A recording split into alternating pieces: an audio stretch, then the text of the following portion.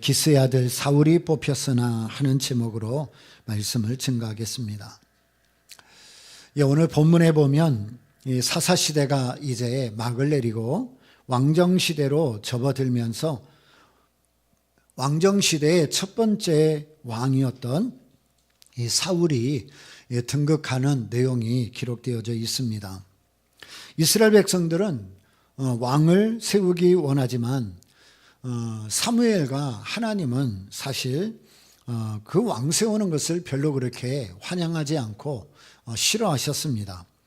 그러나 본문에 보면 하나님께서 이스라엘 백성들이 원하는 왕을 세우는 그 모든 과정 속에 아주 주도적으로 하나님이 일하고 계시는 것을 볼 수가 있습니다. 특별히 오늘 18절, 19절을 보면 이스라엘 자손에게 이르되 이스라엘 하나님 여호와께서 이같이 말씀하시기를 내가 이스라엘을 애굽에 인도하여 내고 너희를 애굽인의 손과 너희를 압제하는 모든 나라의 손에서 건져내었느니라 하셨거늘 너희가 너희를 모든 재난과 또 고통 중에서 친히 구원해내심 너희 하나님을 오늘날 버리고 이르기를 우리 위에 왕을 세우라 하도다 그렇게 말하고 있습니다. 사무엘과 하나님은 끝까지 나는 사람이 왕으로 세워지는 거 원치 않는다.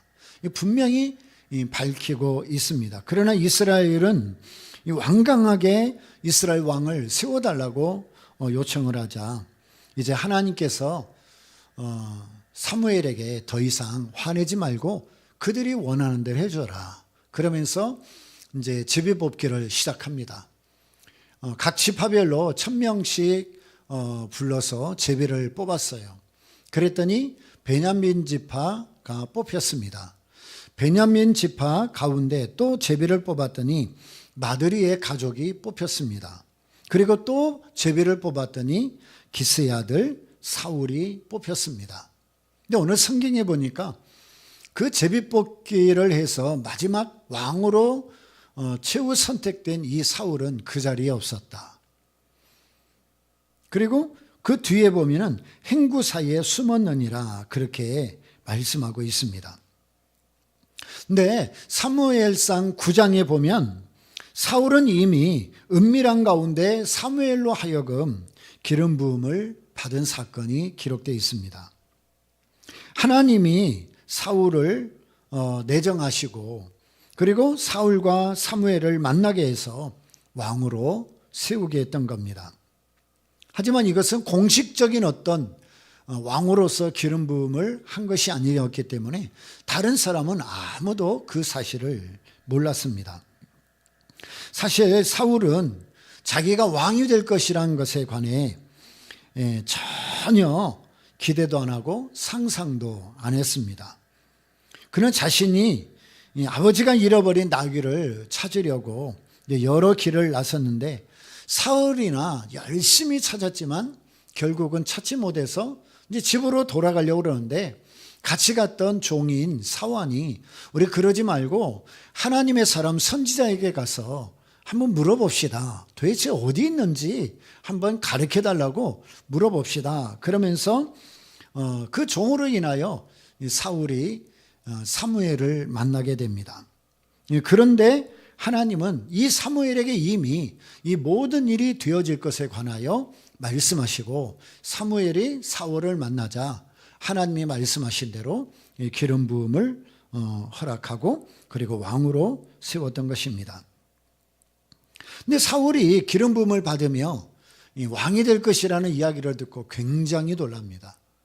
아니 우리 베냐민 지파는 모든 지파 중에 가장 작은데 그리고 그 베냐민 지파 가운데서도 또 우리 가문은 가장 힘이 없고 연약한 가족인데 어떻게 제가 감히 이 이스라엘을 이끌어가는 왕이 되겠습니까? 그렇게 이야기하면서 놀랍니다. 근데 사무엘은 이것이 하나님의 뜻이라고 이제 이야기하면서 하나님이 사울을 왕으로 세운다 하는 것에 관하여 분명한 3가지 징조를 이야기해요. 근데 이 징조를 통해서 이제 사울이 하나님으로부터 왕으로 택정받은 것에 관하여 이제 확신을 갖게 되는 겁니다. 네, 사무엘이 말한 이 세 가지 징조 가운데 첫 번째는 사울이 이 라헬의 묘 앞에서 세 사람을 만나게 될 텐데, 그들이 사울에게 나귀는 이미 찾았고 내 아버지가 너를 걱정한다 이렇게 말할 것이다, 그렇게 이야기했어요. 근데 라헬의 묘 앞에서 정말 그 얘기를 듣는 거예요. 말한 그대로 첫 번째 징조가 이루어졌습니다.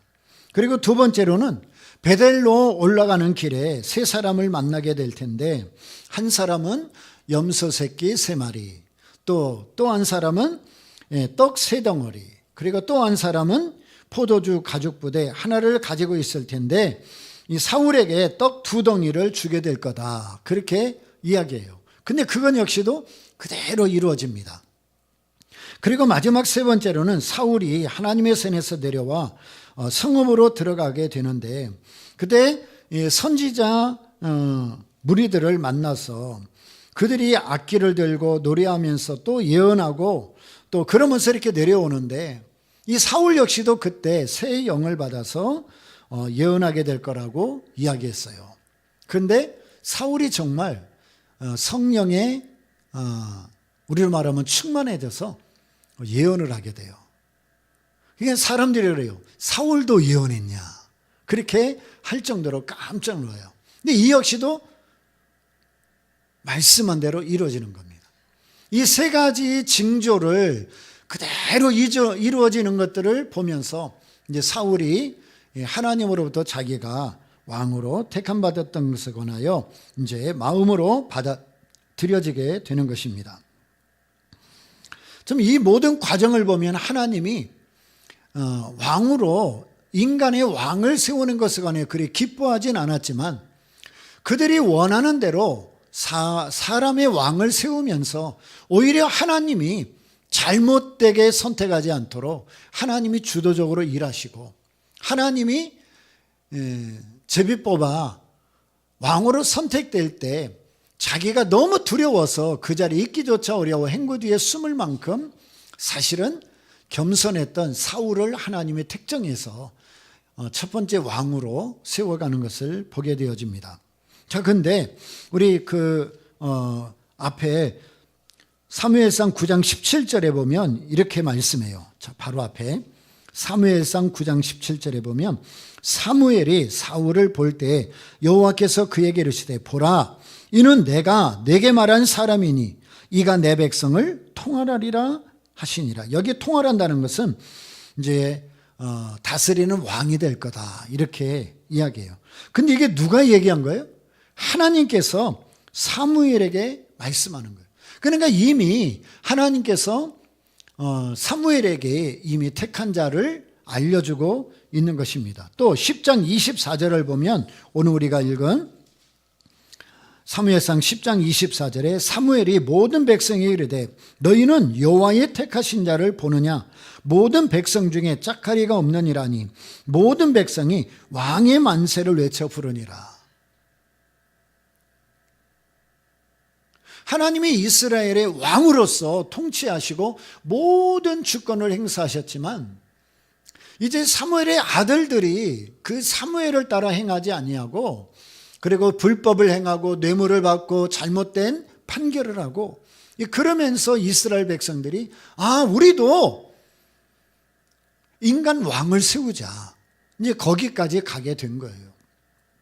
이거 보면 이제 물론 그것만이 아니겠지만 이스라엘 백성들이 그 마음속에 틈틈이 아마 이웃 나라들 가운데 인간의 왕을 세워서 통치하는 여러 모습을 보면서 아마 이런저런 생각들을 갖고 있었을지 몰라요. 그러다가 이제 결정적으로 사무엘의 아들들이 불법을 행하고 잘못된 판결을 행하는 것을 보면서 때는 있다다 싶어서 우리에게도 왕을 세워달라, 이제 그렇게 된 거예요. 근데 참 이 구약에 보면 뇌물을 받고 불법 판결을 하거나 그리고 불의한 판결을 하면 하나님이 기뻐하지 않았어요. 절대 그러지 말아라, 그렇게 명령을 하시거든요. 근데 사실 뭐 다른 나라는 모르겠지만 우리나라만 봐도 요즘 사법부라는 그 단어 자체가 이미 무너진 지 오래예요.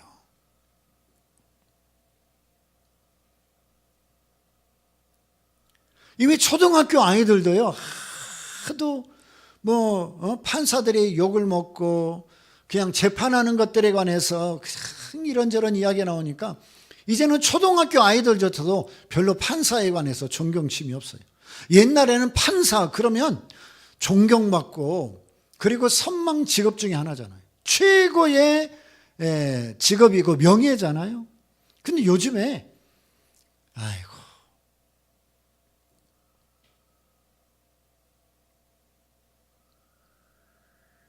이 공공연히 방송에서조차 내가 어떤 일로 인하여 재판을 받게 되면 저 판사가 어디 소속이냐 먼저 알아보고 그 다음에 그 판사 기피를 해라. 방송에서 그렇게 이야기할 정도예요.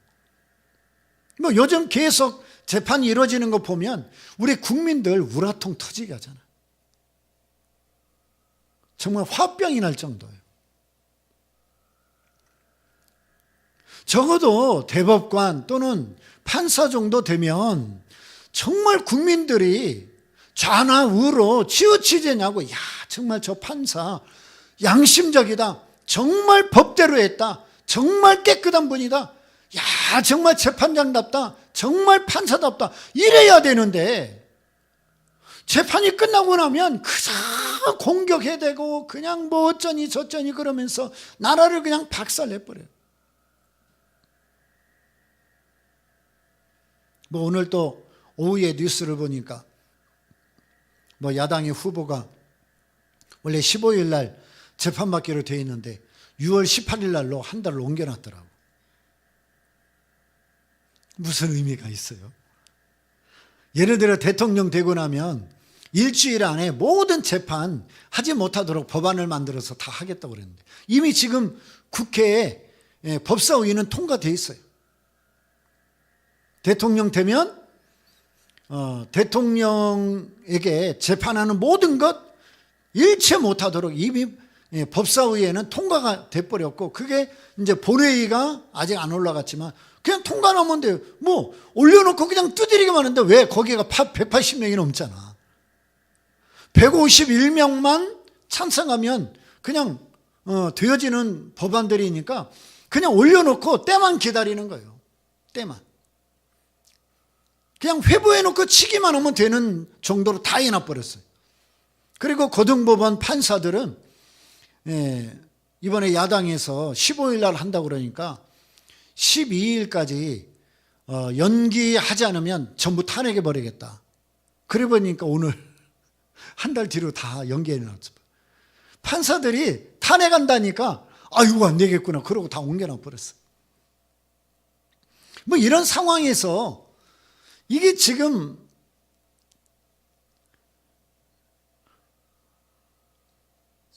우리나라가 지금 이 공의롭고 정의로운 나라라고 볼 수 있는가? 아마도 모든 국민이 어떤 일로든지 재판을 받고 나면 다 인정할 수 없는 상황이 되어버리는 거예요. 그러니까 사무엘 시대에도 이 아들들이 이 불의한 재판을 하고 뇌물을 받고 이래 버리니까 백성들이 불만이 생겼을 거 아니에요. 요즘처럼 막 우라통 터지고 화병이 나고.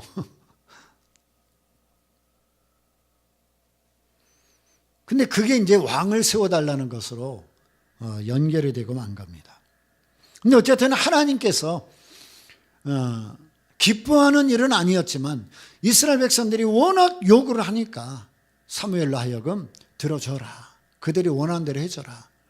대신에 하나님이 택한 사울을 세우게 하고 이제 하나님이 사울로 하여금 왕으로 딱 이렇게 세워놓자 모든 백성이 우리 왕 만세를 부릅니다.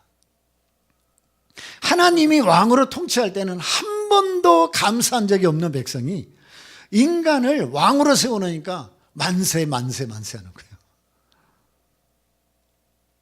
하지만 사울은 실패한 왕이 되고 비극적인 인생으로 맞춰지죠.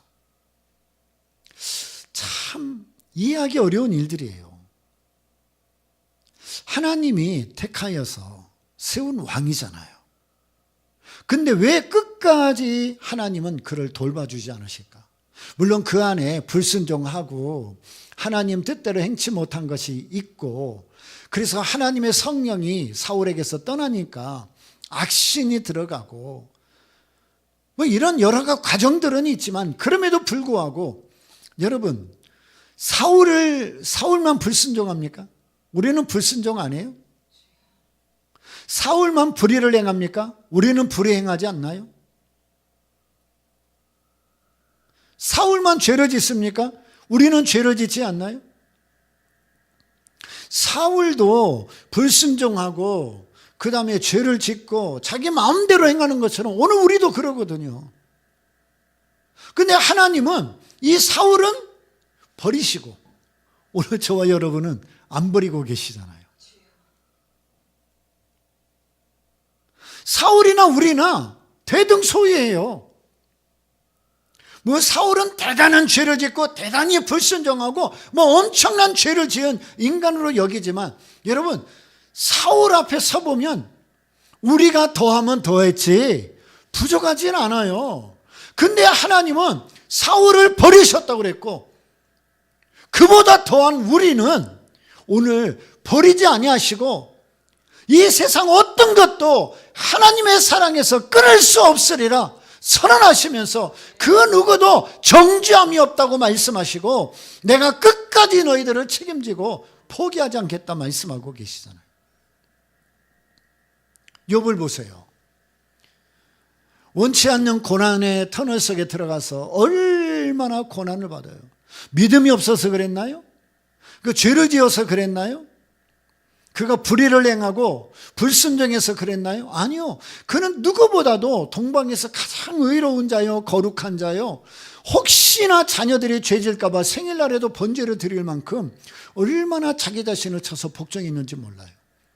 근데 고난의 터널에서 얼마나 고통스러운 시간을 보내는지 몰라요.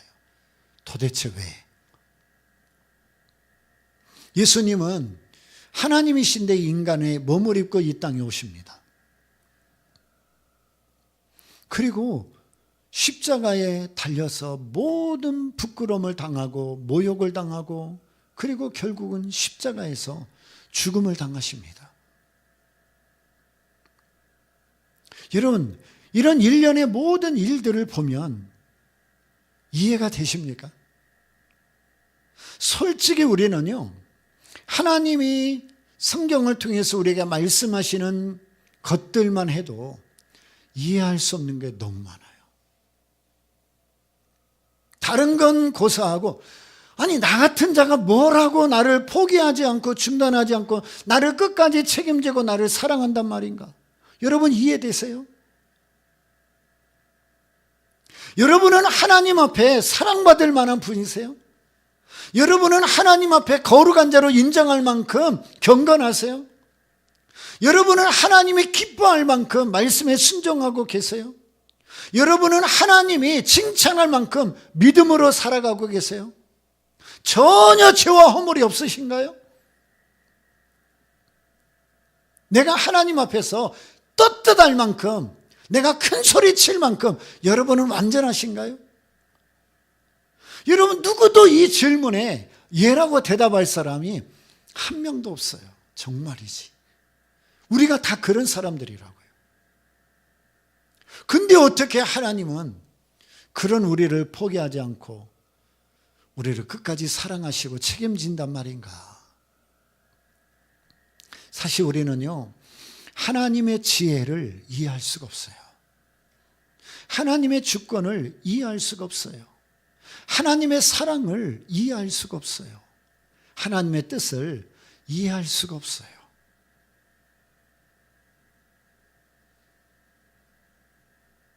근데 그것을 이해할 수는 없지만 받아들이게 하는 게 있어요. 그게 바로 믿음이라는 거예요. 이해는 안 되는데 믿음이라는 것을 앞에 딱 세워놓으면 그냥 그게 마음속에 와 닿아지는 거예요. 태초에 하나님이 천지를 창조하셨느니라. 세상에, 아니, 내가 보지도 못하고 만지지도 못하고 한 번도 뭐 대화해 본 적도 없는데 그분이 뭐 말씀으로 세상을 창조했다고? 그분이 세상에 오셨다고? 십자가에 죽으셨다고? 부활하셨다고? 하나도 이해가 안 돼요. 인정할 수도 없어요. 그런데 하나님 행하시는 일을 내가 이렇게 보면 하나도 우리가 이해도 안 되고 우리가 받아들이기도 어려워요. 근데 하나님과 우리 사이에 믿음이라는 딱 단어로 딱 믿음을 딱 세워놓으면 그 믿음이라는 단어가 하나님과 우리 사이를 소통하게 만들어놔요. 이해 안 되는 게 이해되게 하고요. 믿어지지 않는 게 믿어지게 되고요. 마음속에 의심되는 것들이 아멘하게 되고요. 그러니까 이 믿음조차도 사람이 주는 게 아니라 하나님이 주시는 건 거예요. 하나님이 주시는 믿음으로 봐야 하나님의 하시는 일을 내가 이해하게 되고 받아들이게 되고 아멘할 수 있게 되는 거예요.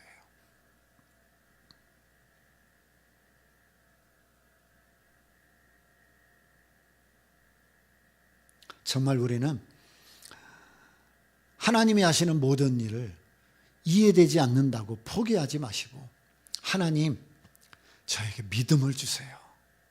믿음을 주세요. 여러분, 오병이어라는 기적을 볼 때도 우리가 늘 설교 속에 듣잖아요. 근데 여러분 진짜 그게 기적이 일어난 것을 믿습니까? 여러분 그 자리에 없었잖아요. 여러분 집에서 생선 2마리 놓고 40일 금식하고 주여 이게 10마리 되게 해주십시오. 기도해 보셨나요? 떡 5개 놓고 주여 이 떡이 우리 교회 성도들 다 먹고도 남게 해주십시오. 기도해 보셨나요? 만약에 기도하면 될까요?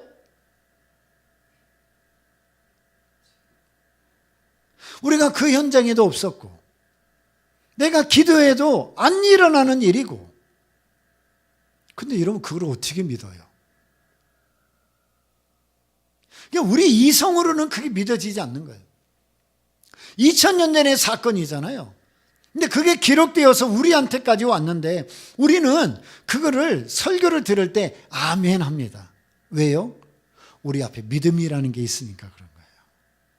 아, 이거는 예수님께서 어떤 목적을 가지고 분명히 행하신 일이라는 것을 그리고 이 하나님의 말씀이 기록되어 있다는 것은 이게 의심할 것 없는 실제 일어난 사건이고 역사의 한 페이지고 하나님이 일하신 분명한 증거라는 것을 확인하는 차원에서 이 책에 기록되어 있는 것이고 이 말씀은 1.1핵도 잘못되거나 오류가 없는 말씀인 것을 우리가 알기 때문에 그래서 우리가 말씀을 들을 때 아멘하는 것입니다.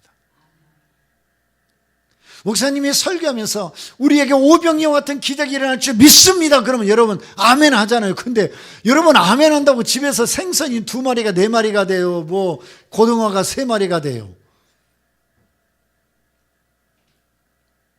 우리가 그 사건을 통해서 아멘 한다는 것은 비록 내 눈에서 생선이 2마리가 4마리가 되고 떡 5개가 10개가 되는 그런 일은 안 일어난다 할지라도 하나님의 어떤 계획과 뜻과 주권과 그리고 그 영광 가운데서 일어났던 그 일처럼 우리 인생에도 하나님의 그 놀라운 일들이 일어날 것을 우리는 믿습니다. 그런 뜻인 거예요.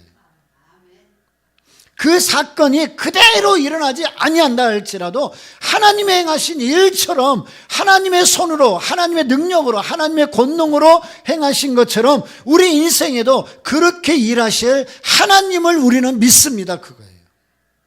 그 기적 자체보다도 여러분 중요한 것은 오병이어든 나사로가 살든 아니면 무리를 걷든 뭐 풍랑을 잠잠케 하든 중요한 것은 그 기적 자체가 중요한 게 아니에요. 성경이 우리에게 얘기하는 것은 그 기적 자체를 우리에게 알려주고 지식적으로 우리가 깨닫도록 하기 위해서 한 것이 아니라 그 일을 행하시는 분이 누구냐를 우리에게 알려주려고 그래요. 나사로를 살리신 하나님, 풍랑을 잠잠케 하시는 하나님,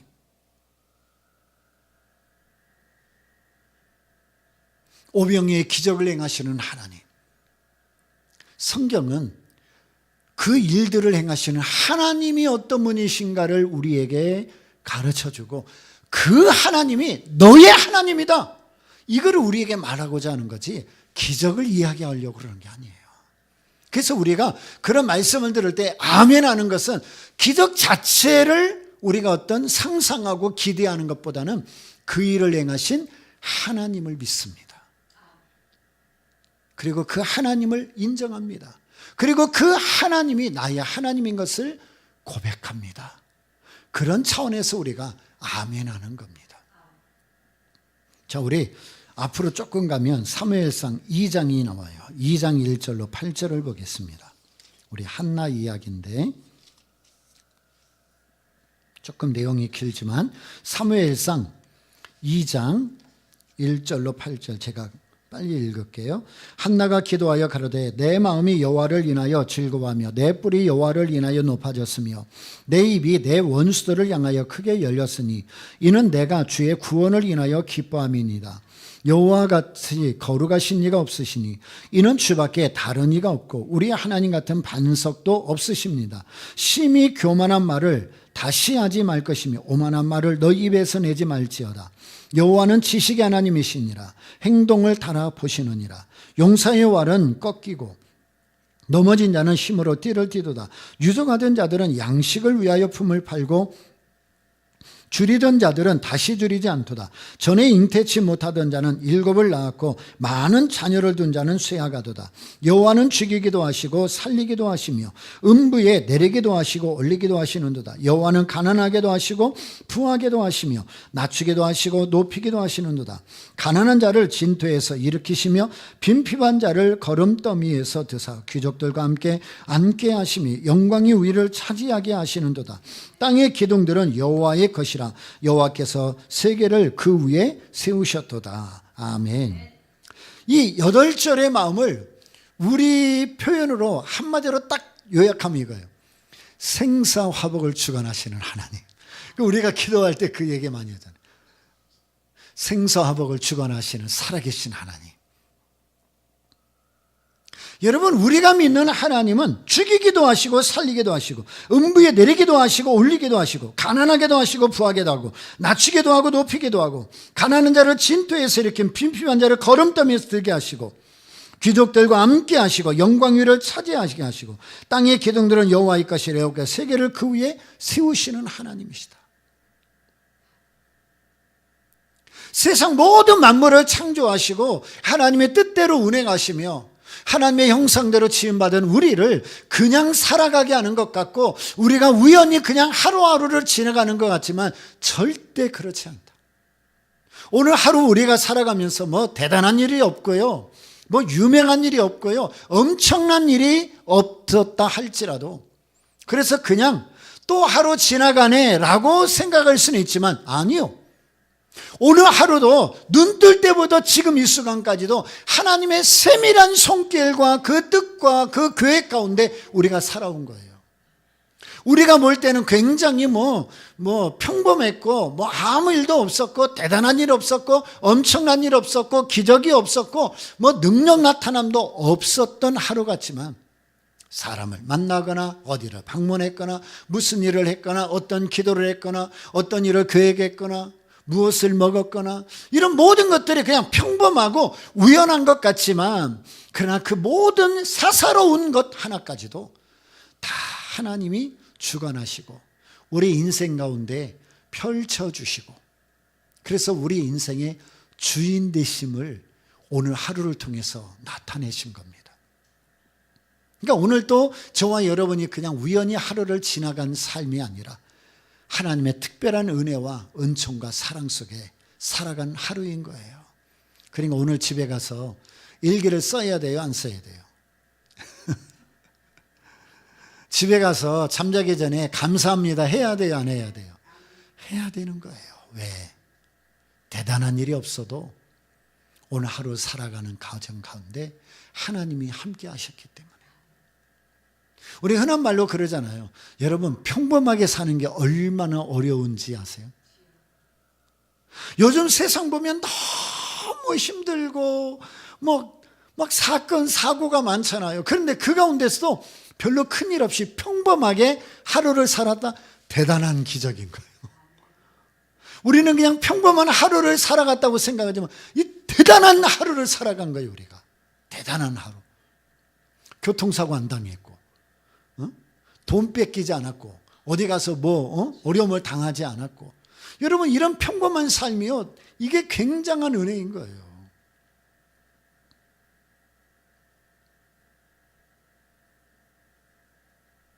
사도행전 9장에 보면 이제 사도 바울이 다메섹에 가면서 예수 믿는 사람들을 붙잡으러 가잖아요. 그때 이제 중간에서 예수님을 만나게 되고, 이제 그가 또 이제 이방인의 사도로서 부름을 받게 되고, 눈이 멀게 되는데 아나니아라는 선지자를 통해서 기도받고 눈이 떠집니다. 그리고 나서 이제 아라비아 사막으로 가서 3년을 유하며 이제 사역자로 준비되고 있는 것을 보게 돼요. 자, 그런데 우리 한번 가볼까요? 사도행전 9장 15절.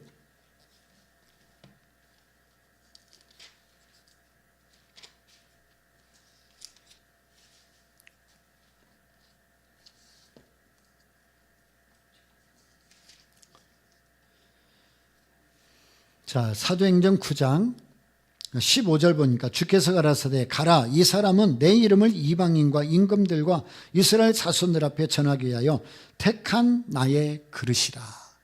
여러분, 오늘 본문에 사울도 누가 택하셨어요? 하나님이 택하셨잖아요. 근데 오늘 이 사도행전 9장에도 사실 바울의 이전 이름이 뭐죠? 사울이었어요.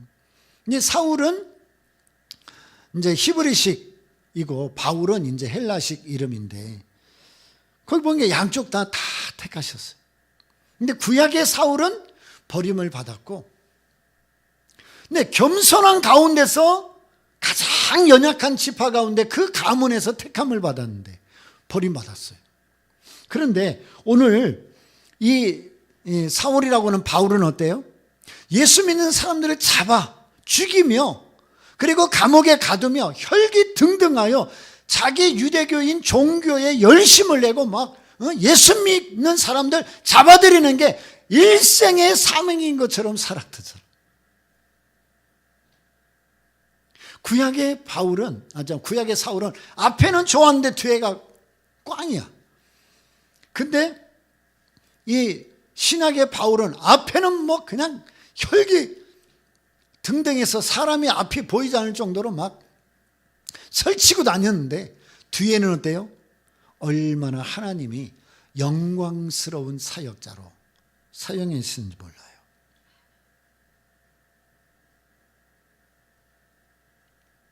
사실 이 바울을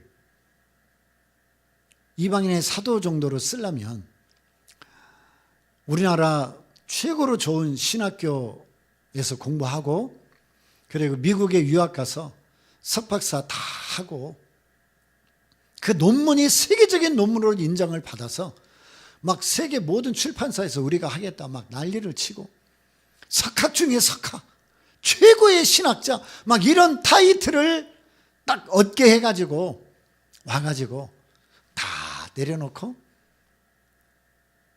이방인의 사도로 딱 쓰임받게 하면 얼마나 영광스럽겠어요. 근데 하나님은 하필 이전에 바울을 그런 어떤 막 준비되고 수석 합격하고 그냥 박사학위를 받고 엄청난 그런 스펙을 가진 사람을 데려다가 이방인의 사도로 쓰는 게 아니라 예수 믿는 사람 잡아다가 감옥에 놓고 스데반 죽이는 데 앞장서고 이런 그냥 이 과거가 들춰나면 부끄러워서 눈을 들지 못할 정도로 그런 사람을 하나님이 또 이방인의 사도로 불러서 쓰는 거예요. 자, 우리 조금 뒤로 가서, 근데 이 바울을 좀 보세요. 갈라디아서 한번 보세요. 에베소서 다음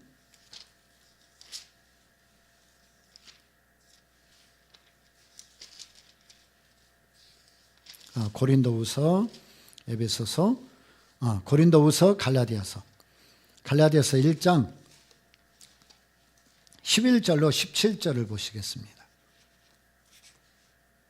11절, 갈라디아서 1장 11절부터 형제들아 내가 너희에게 알게 하노니 내가 전한 복음이 사람의 뜻 따라 된 것이 아니라 이는 내가 사람에게서 받은 것도 아니요 배운 것도 아니요 오직 예수 그리스도의 계시로 말미암은 것이라.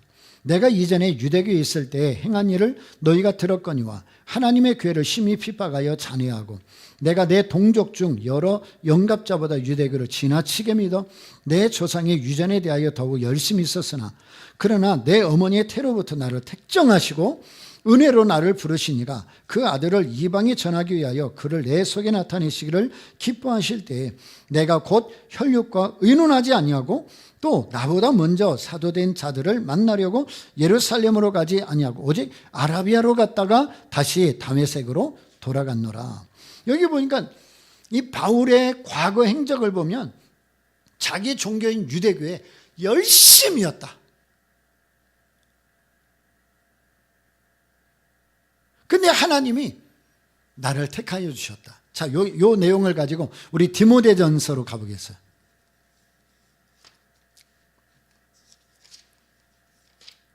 디모데전서 1장 12절로 17절.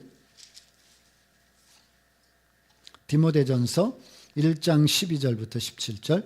나를 능하게 하신 그리스도 예수 우리 주께 내가 감사함은 나를 충성되이 여겨 내게 직분을 맡기심이니 내가 전에는 회방자요 핍박자요 포행자였으나 도리어 긍휼을 입은 것은 내가 믿지 아니할 그때 알지 못하고 행하였습니다. 주의 은혜가 그리스도 예수 안에 있는 믿음과 사랑과 함께 넘치도록 풍성하였도다. 빛보다 모든 사람이 받을 만한 이 말이요 그리스도 예수께서 죄인을 구원하시려고 세상에 임하셨다 하였도다. 죄인 중에 내가 괴순이라. 그러나 내가 긍휼을 입은 까닭은 예수 그리스도께서 내게 먼저 일절 오래 참으심을 보이사 후에 주를 믿어 영생 얻는 자들에게 본이 되게 하려 하심이니라. 만세의 왕 곧 썩지 아니하고 보이지 아니하고 홀로 나이신 하나님께 존귀와 영광이 세세토록 있을지어다. 아멘. 내가 전에는 회방자요 핍박자요 포행자였다. 근데 이제 13절 끝에 보면 내가 믿지 아니할 그때 알지 못하고 행하였음이니라. 근데 사람들이 오해요. 몰랐으니까 그럴 수도 있지. 근데 이게 하나님 앞에서 결코 변명이 될 수는 없습니다. 여러분, 그런 말 있죠. 모르는 게 죄다. 모르는 게 죄야. 내가 몰라서 죄를 지었다, 몰라서 예수 안 믿었다, 몰라서 불순종했다, 몰라서 내 맘대로 살았다. 하나님 앞에서는 절대 그게 변명이 될 수 없어요. 이게 바울도 하나님으로부터 택정을 받아서 이미 이전에는 내가 정말 포행자요, 핍박자요, 회방자요, 정말 하나님 앞에서는 이거 쓸모없는 인간이었지만 사실 돌아보면 내가 몰라서 그런 거다. 그렇다고 내가 하나님을 몰라서 예수님을 몰라서 내가 그 죄를 지었다 할지라도 그 용서받을 수 없는 일이다. 그러니까 뭐라고 그래요? 15절 끝에 내가 죄인 중에 괴수로다. 내가 죄인 중에 괴수라는 것은 내가 몰라서 내가 그렇게 했다 할지라도 변명의 여지가 없다 그 말이에요.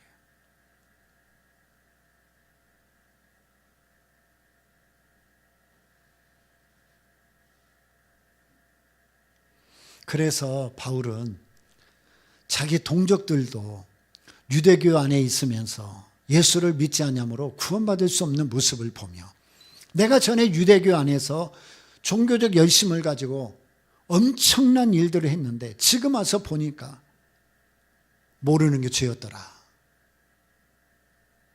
하나님 앞에서는 그 변명이 될 수 없더라. 그러니까 내가 죄인 중에 괴수다. 근데 눈을 떠서 주위를 돌아보니까 자기 동족이 지금 다 자기하고 똑같은 거예요. 자기 이전의 그 과거 모습. 바울은 그래도 예수를 만나서 새 사람이 되어서 과거를 보니까 너무 부끄럽고 내가 죄인 중에 괴수였는데 이 유대교에 있는 동족들은 아예 그것조차도 모르는 거예요. 그러니까 바울이 자기 동족의 구원을 위해서 얼마나 눈물을 흘리는지 몰라요. 나중에는 내 이름을 생명책에서 지워버리는 한이 있더라도 하나님, 내 동족을 구원해 달라고. 그렇게까지 기도하는 것을 볼 수 있습니다.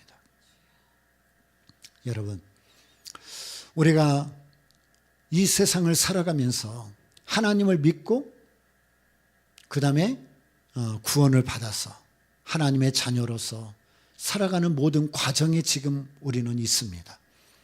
근데 이게 그냥 된 것이 아니라 하나님께서 세상 창조 전부터 우리를 택하셨기 때문이다. 구약의 사울을 택하고 신약의 바울을 택하고. 근데 보면 둘 다 자격이 없는 거예요. 자격이 없는 가운데 택함을 받아서 하나님께 쓰임받는 자가 됐지만, 한 사람은 버림을 받았고 한 사람은 위대한 복음의 사역자로 쓰임받았어요. 우리도 하나님으로부터 창세전에 택함을 받았습니다. 그래서 오늘 여기에 있는 거죠. 어찌 보면 우리가 구약의 사울보다 더 큰 죄를 짓고 더 많은 죄가 있고 허물이 많음에도 불구하고 하나님은 예수 믿는다는 그 하나 때문에 오늘 우리를 포기하지 않고 그 사랑 중단하지 않고 끝까지 책임지고 내가 너를 구원하겠다고 말씀하고 계시는 거예요. 우리가 자격이 있어서가 아니에요. 우리가 믿음이 좋아서가 아니에요. 우리 안에 선함이 있어서가 아니에요. 우리가 뭐 열심히 있어서가 아니에요. 우리가 하나님을 감동시켜서가 아니에요. 하나님이 우리를 포기하지 않고 끝까지 책임지시는 것은 우리가 이해할 수 없는 영역이에요. 우리가 깨달을 수 없는 영역이에요. 하나님의 그 주권 속에서 우리를 사랑하시고 책임지시고 우리를 끝까지 인도해 가시는 것이기 때문에, 우리 입장에서는 어떻게 해야 되느냐? 그 하나님을 이해할 수 없지만 우리가 믿음으로 그 하나님을 받아들이고 내가 믿는 그 하나님 앞에서 그 하나님이 뭐를 기뻐하실까?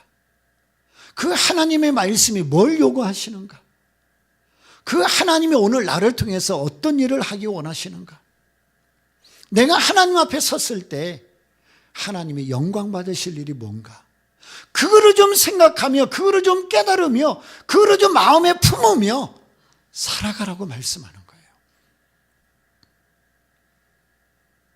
매주마다 반복이 구원받은 자로서 어떻게 살 것인가에 관한 이야기를 계속 결론 짓고 있는데, 오늘 말씀 역시도 마찬가지인 거예요. 나를 향한 하나님, 내가 아무 자격이 없고 공로도 없고 선함도 없고 뭐 하나님을 감동시키고 뭐 기쁘게 해야 되는 것도 별로 없는데, 그래서 내놓을 거는 죄밖에 없는데, 내놓을 거는 허물밖에 없는데, 내놓을 거는 불순종밖에 없는데, 내놓을 거는 내 마음대로 사랑한 것밖에 없는데, 그런데도 불구하고 하나님이 나를 사랑하시고 나를 포기하지 않고 끝까지 책임지고 인도해 가신다면, 그럼 우리는 뭐 당연한 것이 아니라 자격 없는 우리에게 그 모든 것을 주는 것을 은혜라고 이야기하는 거잖아요. 그러면 그 은혜를 받은 자로서 내가 어떻게 살아가야 되는가? 마땅한, 어떻게 사는 것이 마땅한가? 나를 향한 하나님의 뜻, 하나님의 계획, 그리고 하나님의 기뻐하심, 그리고 하나님의 일하심, 하나님의 영광. 하나님이 오늘 그렇게까지 하시면서 나를 인도해 가시며 나를 통해서 하고 싶은 것이 분명히 있는 거예요. 나를 통해서 원하시는 게 분명히 있는 거예요. 나를 통해서 영광 받으실 게 분명히 있는 거예요. 그러니까 우리를 포기하지 않고 끝까지 인도해 가는 거죠. 하나님이 우리를 버리지 않고 끝까지 붙들고 가신다는 것은 나를 통해서 분명히 할 일이 있고 분명히 영광 받으실 일이 있기 때문에 나를 붙들고 계시는 거예요. 이 말씀을 좀 깊이 생각하고 마음에 좀 담고 우리의 삶의 한 걸음 한 걸음을 좀 변화되게, 그리고 하나님 앞에 서는데 준비되는 그런 삶으로 살아가는 저와 여러분 되기를 바랍니다. 기도하겠습니다.